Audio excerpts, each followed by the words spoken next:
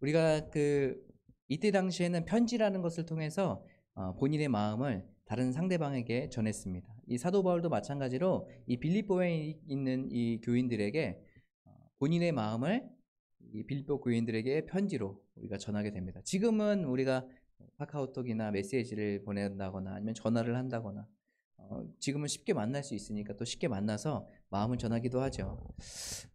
저희가 여러분과 같이 이 이야기를 한 것은 중요한 것은 우리의 마음을 전한다는 내용이에요. 사도 바울이 이 빌립보에 있는 교회에 있는 성도들에게 본인의 마음을 전하기 원했습니다. 이 사도 바울은 특별히 옥에 갇히기도 하고 굉장히 어려운 시간들을 보내지 않았습니까? 예수 그리스도를 믿음에도 불구하고 믿는 사람들에게 오는 고난에 대해서 몸소 실천을 했던 사람이 바로 이 사도 바울이 아닐까 생각돼요. 예수를 믿으면 저렇게 고난받을 수도 있구나 라는 것을 보게 되는 것 같아요. 이 모습을 보면서 같이 믿음 생활을 하고 같이 믿음으로 나아갔던 사람들이 사도 바울을 보면서 어떤 마음이 들었을까요? 지금 걱정하는 마음들이 있겠죠. 저렇게까지 사역하는 게 맞나? 저렇게까지 힘들게 하는 게 맞나? 또 저렇게 지금 옥에 갇혔는데 굉장히 힘들고 어렵지 않을까? 하는 걱정되는 그런 마음들이 있지 않았겠습니까? 이 사도 바울은 이 빌립보에 있는 교인들의 그 마음들을 알았기 때문에 자신의 마음을 전하기 원했어요. 그래서 이 빌립보에 있는 성도들에게 자신의 마음을 전하면서 이렇게 편지를 쓴 내용이 바로 이 빌립보서입니다.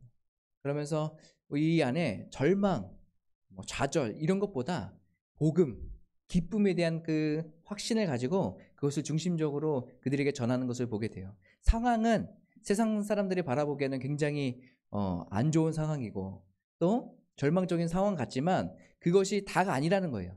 이 사도 바울에게 있어서는 이것은 세상 사람들이 볼 때는 절망적이고 안 좋은 상황 같지만 그게 아니라 우리 안에 복음이 있고 우리 안에 이 순간에도 기쁨이 있다는 것을 지금 이 사도 바울은 이야기해 주고 있습니다.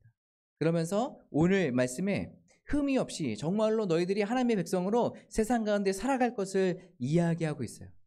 그럼 우리가 우리 말씀을 보면서 그러면 구체적으로 우리는 어떠한 삶을 살아가야 될지 또 같이 나누고 또 하나님께서는 우리 마음 가운데 무엇을 두셨는지 이런 것들을 같이 여러분과 나누기 원합니다. 오늘 1절을 한번 다 같이 보시겠습니까? 1절에 보면 그러므로 나의 사랑하는 자들아 너희가 나 있을 때뿐 아니라 더욱 지금 나 없을 때에도 항상 복종하여 라고 이야기하고 있는데요. 이 복종은 사도 바울의 말의 복종에 대한 이야기가 아니에요. 이 복종은 하나님에 대한 이야기. 하나님의 말씀에 하나님의 뜻에 복종하는 삶을 살아라. 내가 거기에 있든 없든.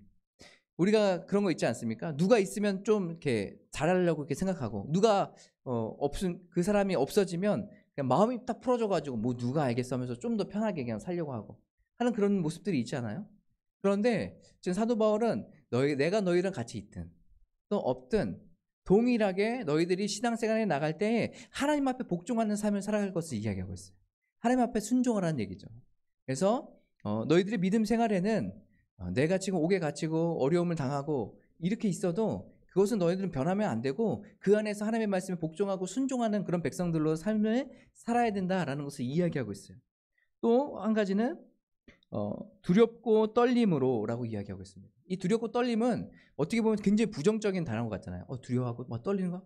그런데 이것을 한마디로 요약하면 하나님을 경외함으로 살아가라는 얘기예요. 너희들이 하나님 앞에서 내가 없어도 내가 가르치는 사람으로 같이 옆에서 붙어 있으면서 너희들을 감시하지 않아도 바라보지 않아도 하나님은 지금 너희들의 삶을 보고 계신다는 거예요. 그러니까 뭐예요? 하나님을 경외함으로 좀 삶을 살아가라는 얘기예요. 너희들이 그 믿음 흔들리지 않고 나도 해를 당하는 거 아니야? 하면서 막 위축되지 말고 너희들이 세상보다 하나님을 경외하고 하나님을 바라보므로 말미암아서 삶을 살아갈 것을 이야기하고 있어요. 나 있을 때든 없을 때든지 하나님 앞에 복종하고 하나님을 경외하는 삶을 살아가라는 얘기예요. 또 한 가지를 얘기하고 있습니다. 2절에서는 12절에서는 너희 구원을 이루라 라고 이야기하고 있어요. 이 너희 구원을 이루라는 것은 너희들 나의 자신이 뭐 구원을 얻어내라 막 이런 얘기가 아니에요. 이것은 뭐냐면 구원받은 백성대로 삶을 살아가라는 얘기예요. 우리가 그리스도인으로서 구원받은 백성이 됐는데 백성답게 삶을 살아가지 않고 그냥 세상의 사람들과 똑같이 죄 지으면서 적당히 살아가는 그런 모습이 있다면 그런 모습으로 살지 말라는 거예요. 너희들이 구원받은 백성이라면 구원받은 백성답게 세상 가운데 삶을 살아갈 것을 이야기하고 있어요. 내가 있든 없든 하나님을 경외함으로 또 하나님을 바라보면서 살아가라는 이 메시지가 지금 사도 바울 안에 있다는 것이에요. 저는 이 말씀을 보면서 우리의 삶을 좀 되돌아봐야 되지 않을까 생각됩니다. 나는 어떻게 살아가고 있는지. 누가 다른 사람이 있으면 좀 거룩해 보이는 척 삶을 살아가고, 그 사람이 없으면 그냥 풀어져가지고 그냥 내 마음과 내 뜻대로 세상 사람들과 동일하게 그냥 죄 지으면서 똑같이 살아가는 그런 모습이 우리 안에 있지 않는가. 우리가 정말 우리 마음 안에 하나님을 경외하는 마음이 있는가. 정말 하나님의 구원받은 백성처럼 백성답게 그렇게 삶을 살아가고 있는가. 여러분, 이것을 한번 점검해 보면서 삶을 살아가야 되지 않을까 생각됩니다.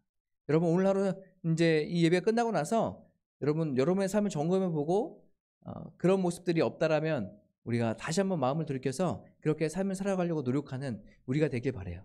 알겠죠? 우리 옆에 사람들 보면서 그렇게 우리 한번 노력합시다. 한번 해보실까요? 시작.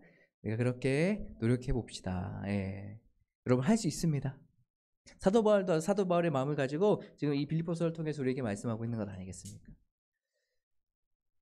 저 오늘 말씀 묵상하면서 우리 그리스도인들이 어떻게 세상 가운데 삶을 살아야 될지, 그리고 저번 주 우리가 같이 말씀을 나눌 때 어떤 말씀을 나눴죠? 소금과 빛에 대해서 여러분과 같이 말씀을 나눴어요.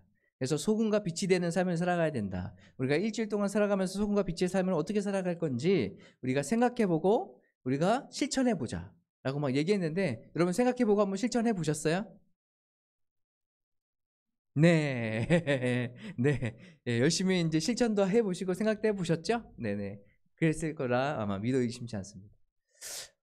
오늘도 우리가 그리스도의 삶을 살아가면서 뭐라고 이야기하고 있냐면 15절에 이렇게 이야기하고 있습니다. 이는 너희가 흠이 없고 순전하여 어그러지고 거스르는 세대 가운데서, 그러니까 세상 가운데에 진리가 바로 서지 않고 자기 마음대로 세상 가운데 살아가고 있는, 찌그러져 있는 그 세상을 얘기하는 거죠. 그 세상 가운데에서 하나님의 흠없는 자녀로 세상에서 그들 가운데 빛으로 나타내며 라고 얘기하고 있어요.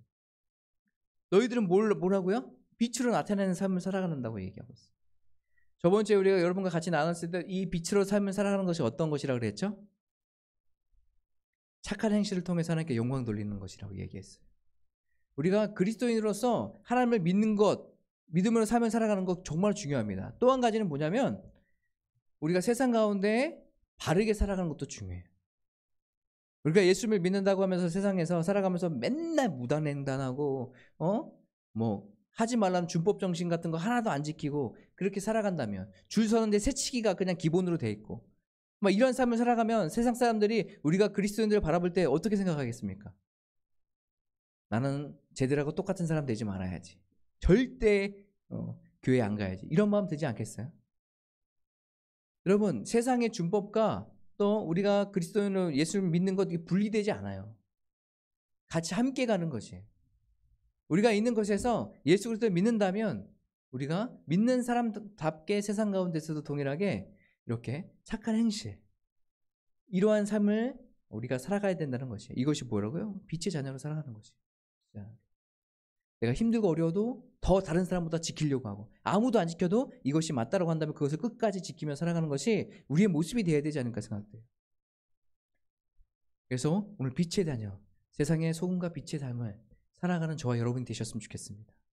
그래서 계속해서 한 주 동안도 여러분들이 생각하고 실천하셨잖아요. 이번 주에도 마찬가지예요. 또 그리고 계속 생각하고 실천하며 살아가는 거지. 우리 자신뿐만 아니라 우리 가정뿐만 아니라 우리 교회뿐만 아니라 더 나아가서 이웃들에게도 이웃을 사랑하고 그것을 실천하고 어떻게 하면 내가 정말로 세상의 빛과 소금의 삶을 살아갈 수 있을지 생각해보고 그렇게 실천하며 살아가는 것이, 이게 바로 그리스도인들의 삶이 아닐까 생각됩니다. 어두워져 있는 건데 빛을 비추는 것이, 더러워 있는 가운데 우리가 그곳에서 그들을 정화시켜서 거기가 정말로 깨끗한 곳으로 될 수 있도록, 거룩한 백성들로 될 수 있도록 우리가 더 앞장서서 그 일들을 해 나가는 것이죠.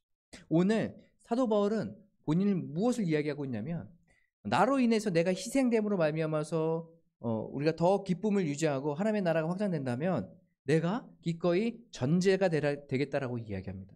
이 전제는 제사의 한 방법인데 우리가 화목제 이런 것처럼 하나의 형식을 갖춰서 이거는 화목제야, 속건제야 막 이렇게 드리는 제사가 아니라, 이 전제는 더 활활 잘 타오를 수 있도록 중간에 집어넣는 거예요. 그러니까 그 예배와 제사가 더 잘 진행될 수 있도록, 더 잘 운영될 수 있도록 자신의 몸을 던지는 그런 역할을 하는 거거든요. 지금 사도 바울은 오늘 뭐라고 얘기하고 있냐면, 자신의 고난과 어려움, 이것이 이 그리스도의 나라의 확장과 하나님 나라의 영광을 위해서 사용된다면 나는 기꺼이 그것에 가겠다. 이것이 뭐예요? 자신의 기쁨이 된다라고 얘기하고 있어요. 자신이 희생하고 어려움 가운데 있는데, 자신 그럼에도 불구하고 하나님 나라의 확장과 주변에 복음이 증거되는 일들로 이것이 사용된다면 나는 기꺼이 그곳이 기쁨의 자리라고 이야기하고 있는 거예요. 여러분의 기쁨의 자리는 어디입니까? 그냥 생각하면 나 배불리 먹고 싶은 거 다 먹고 쉬고 싶은 거 다 쉬고 내가 하고 싶은 거 다 하는 것, 이것이 기쁨의 자리입니까? 그렇게 생각할 수도 있겠지만 오늘 사도 바울은 그렇게 이야기하고 있잖아요. 우리가 기쁨의 자리는 고난의 자리일 수도 있는 거예요. 그것이 기쁨의 자리일 수도 있는 거예요. 그러면서 본인이 뭐 한다고 해요? 자신이 전제가 되어도 나는 기쁘다라고 이야기합니다. 이 기쁨을 저와 여러분이 누리시길 바랍니다. 이 기쁨이 얼마나 큰 기쁨인지 우리가 다 경험해 보셨으면 좋겠어요. 자그맣게만. 우리가 다른 사람을 도와주고 우리가 봉사하고 헌신할 때 우리가 돌아오는 기쁨들이 있잖아요. 그렇죠? 뿌듯함. 그런 거 있잖아요. 예전에 교회에서 그런 일들을 했었거든요.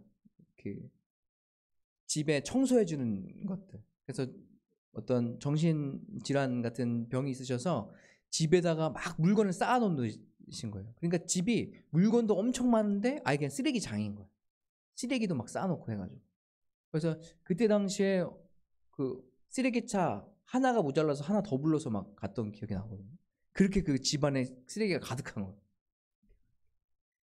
할 때는 굉장히 힘들어요. 힘들고 이 쓰레기 막 할 때마다 바퀴벌레 이만한 것들이 막 나와가지고 막 나오고 막 그 청소하고 막 하는데 이게 쉽지가 않더라고요.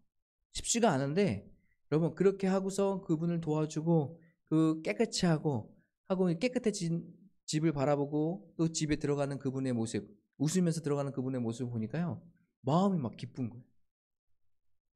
이런 것이 아닐까 생각돼요. 우리가 그리스도인의 삶을 살아가면서 내가 고난과 어렵고 힘든 일들을 겪지만 그럼에도 우리가 그 일을 통해서 누군가가 하나님을 더 깊이 알아가고 또 이것이 더 그리스도의 나라의 확장을 위해서 사용된다면 그것이 우리에겐 기쁨이 될 수 있다는 거죠. 사도 바울도 마찬가지로 자신의 삶을 전제로 드리고 어려움 가운데 있지만 그럼에도 내가 기쁨에 동참할 수 있다는 것을 얘기하고 있어요. 사랑하는 성도 여러분, 우리가 이 기쁨을 맛보기 원합니다. 여기 있는 모든 사람들이 우리가 정말로 기쁨으로 나아가길 바라요. 우리 특별히 명절이죠. 명절에 가족과 함께 있으면서 여러분, 때로는 가족 안에서 막 싸우기도 하고 막 안 좋기도 하고 막 그러잖아요. 또 1년에 한두 번 만나면서 또 어렵기도 하고 하는 그런 마음들이 있을 텐데, 그런 마음들 다 이제 주님 앞에 내려놓고 내가 믿는 사람으로서 먼저 낮아져서 더 화목하게 할 수 있는 그런 일을 하는 저와 여러분 되셨으면 좋겠어요. 그래서 우리 집에 저 사람이 왔더니 저 며느리 왔더니 저기 국소방이 왔더니 더 화목해졌다, 더 좋았다, 막 이런 이야기들이 우리 가운데 넘쳐나길 바랍니다. 이것도 그리스도의 사랑을 전하는 일이 아닐까 생각해요. 마지막으로 한 가지만 더 나누고 말씀을 마치도록 하겠습니다. 오늘 13절 한번 다 같이 읽어보실까요? 13절. 13절 성경책 있으신 분들 찾으셔서 없으신 분들은 그냥 들으시면 되겠습니다. 너희 안에서 행하시는 이는 하나님이시니 자기의 기쁘신 뜻을 위하여 너희에게 소원을 두고 행하게 하시나니 라고 이야기하고 있습니다. 여러분, 이 말씀은 한 번씩은 다 들었던 말씀이라고 생각돼요. 오늘 너희 안에 행하시는 이는 하나님이시니, 우리 안에 역사하시는 이가 하나님이시라는 거예요.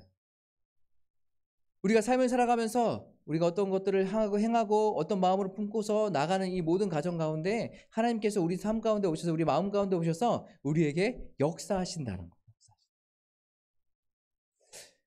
이것이 여러분 그 말씀 기억하시죠? 사람이 마음으로 자기의 길을 계획할지라도 그 걸음을 인도하시는 분이 바로 하나님이시라. 하나님께서 우리 삶 가운데 우리 마음 가운데 오셔서 역사하신다는 거예요. 그래서 우리를 지금도 이끌어 주시고 계시죠. 또 한 가지는 우리 마음속에 하나님의 뜻을 행하고자 하나님의 소원을 우리에게 주신다는 거예요. 그래서 하나님의 기쁘신 뜻, 그 뜻을 이루기 위해서 하나님께서는 우리에게 소원을 주세요. 그래서 우리에게 소원을 주셔서 그 소원을 품고 삶을 살아가게 하시는 거예요. 그리고 그 소원대로 우리가 행하며 순종하며 살아갈 수 있도록 인도해 주시는 거예요. 그 소원대로 우리가 삶을 살아갈 때마다 하나님 나라의 확장, 또 하나님의 기뻐하신 뜻이 우리의 삶 가운데 이루어지기 시작하는 거예요. 얼마나 주님께서 우리에게 소원을 주시고 그 삶을 살아가도록 기뻐하시고 원하실까요? 이 소원, 이것을 우리가 간직하고 이 소원이 무엇인지 알고 우리가 그 소원을 품고 살아가는 저와 여러분 되셨으면 좋겠어요. 이 소원을 품고 우리가 하루하루 살아갈 때에 세상 가운데 빛과 소금의 삶, 하나님의 나라의 확장, 우리가 우리의 삶을 통해서 하나님께 영광 돌리는 삶이 일어나기 시작할 거예요. 하나님, 그래서 우리가 기도할 때 하나님 우리에게 하나님의 소원을 부어주세요. 하나님의 뜻이 무엇인지 우리에게 알게 해주세요. 우리가 그 뜻대로, 그 소원대로 그 소원을 품고 살아가겠습니다. 이것은 하나님께서만 기뻐하시고 끝나는 일이 아니라 이 기쁨이 우리에게도 넘치는 일이에요. 그렇기 때문에 우리에게도 더 기쁘고 즐거운 일. 하나님께서 주시는 기쁨이 우리 안에 넘치기를 간절히 소망합니다.